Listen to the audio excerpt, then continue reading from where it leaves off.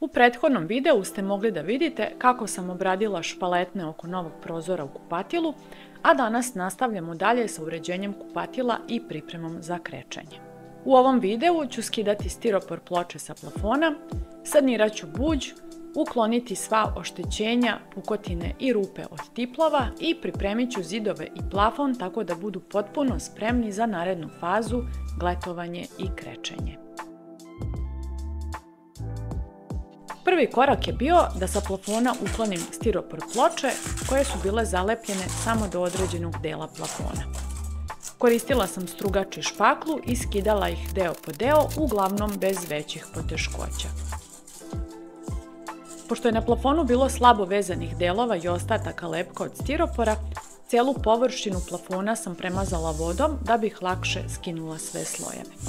Nakon pola sata, kada je plafon upio vodu, strugačem i špaklom sam uklonila sav preostali lepak, boju i delove maltera koji nisu bili čvrsto vezani.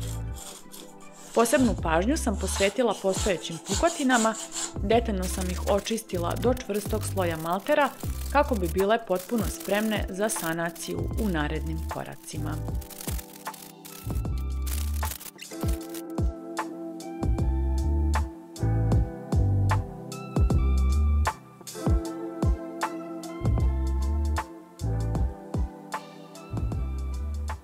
U narednom koraku sam se fokusirala na sanaciju buđi na plafonu i zidovima.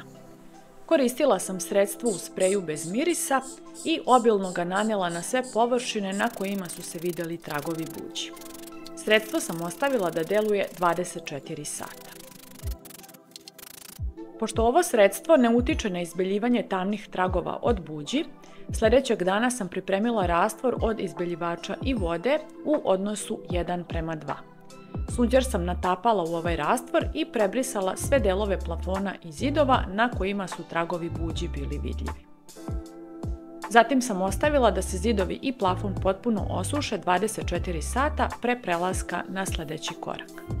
Preporučujem da prilikom rada sa ovakvim sredstvima obavezno koristite rukavice, zaštitne naočare i masku. U narednom koraku bilo je potrebno ukloniti sve police i druge elemente koji su bili pričvršćeni za zid, a zatim izvaditi tiplove, posebno ako se ti elementi više neće vraćati na isto mesto.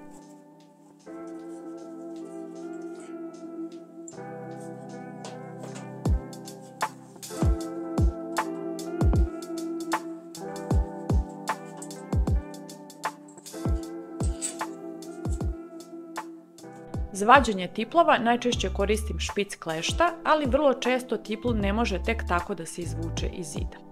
U tom slučaju savjetujem sljedeći postupak. Zavrnite u tiplu šaraf odgovarajuće veličine, uhvatite šaraf kleštima, lagano rasklimajte tiplu i on će se izvući mnogo lakše. Kada se tiplovi izvade, ostaju vidljive rupe koje treba popuniti. Na mestu gdje je bila polica, u zidu od blokova ostala je prilično velika rupa. Nju sam popunila tako što sam jedan duži komad bandaž trake ugurala u rupu, tako da krajevi ostanu preko površine zida. Zatim sam rupu do kraja ispunila lepkom, a bandaž traka je sprečila da lepak propadne kroz blok, tako da je rupa mogla da se u potpunosti popuni. Nakon sušenja sam je dodatno ojačala komadom staklene mrežice utisnutim u jedan sloj lepka. Što se tiče manjih rupa od tiplova, njih je najlakše popuniti lepkom koristeći male slikarske špakle. Površinski deo rupe također može da se ojača tako što se u nanet sloj lepka utisne mali komad bandaž trake ili mrežice. Da bi lepak dobro prionuo na sva oštećenja i pukotine na zidovima i plafonu, prvo sam ih premazala podlogom razblaženom sa vodom u razmjeri 1:3. Podlogu nanosim četkom, detaljno preko svake pukotine i oštećene površine i ostavljam da se potpuno osuši 24 sata.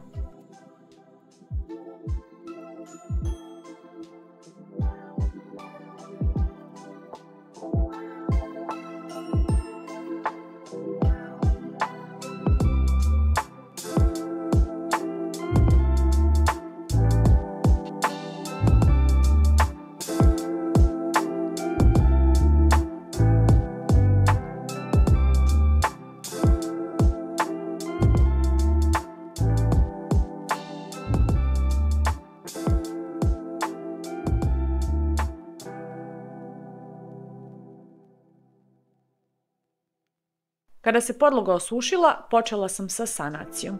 Preko svake pukotine nanosila sam sloj lepka, a zatim utiskivala bandaž traku koja sprečava da pukotina ponovo izbije na površinu. Veća oštećenja na plafonu i zidovima ojačala sam komadima staklene mrežice koju sam također utiskivala u svež lepak.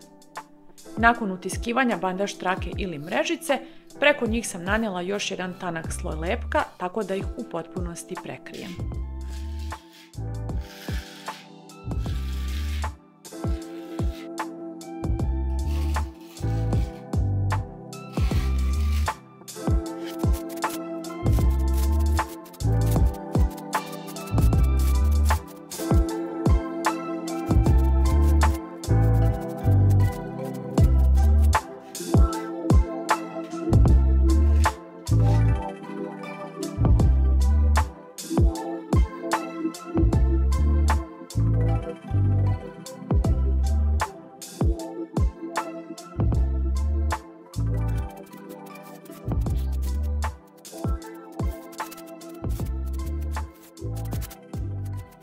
Ovaj sloj lepka sam ostavila da se suši 24 sata pre prelaska na završnu pripremu zidova.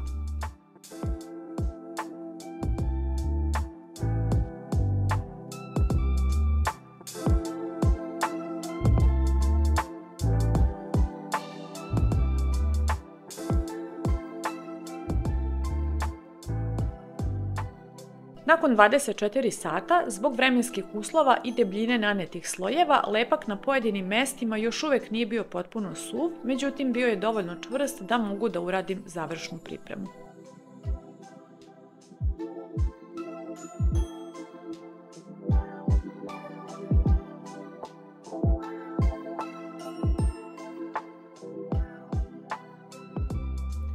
Špaklom sam uklonila sve izraženije tragove lepka, a zatim šmirglom granulacije 120 blago prešla preko prelaza između obrađenih delova i ostataka zidova i plafona, kako bi ovi prelazi bili što manje primetni.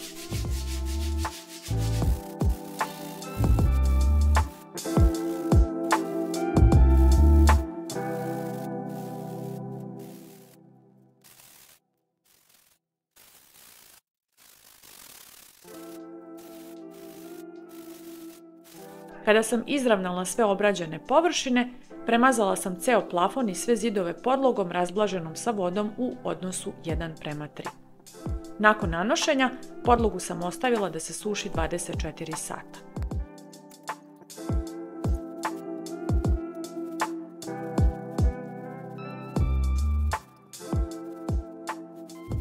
Kada se podloga potpuno osuši, zidovi i plafon će biti spremni za sljedeću fazu, gletovanje i krečanje, što ćete vidjeti u narednom videu.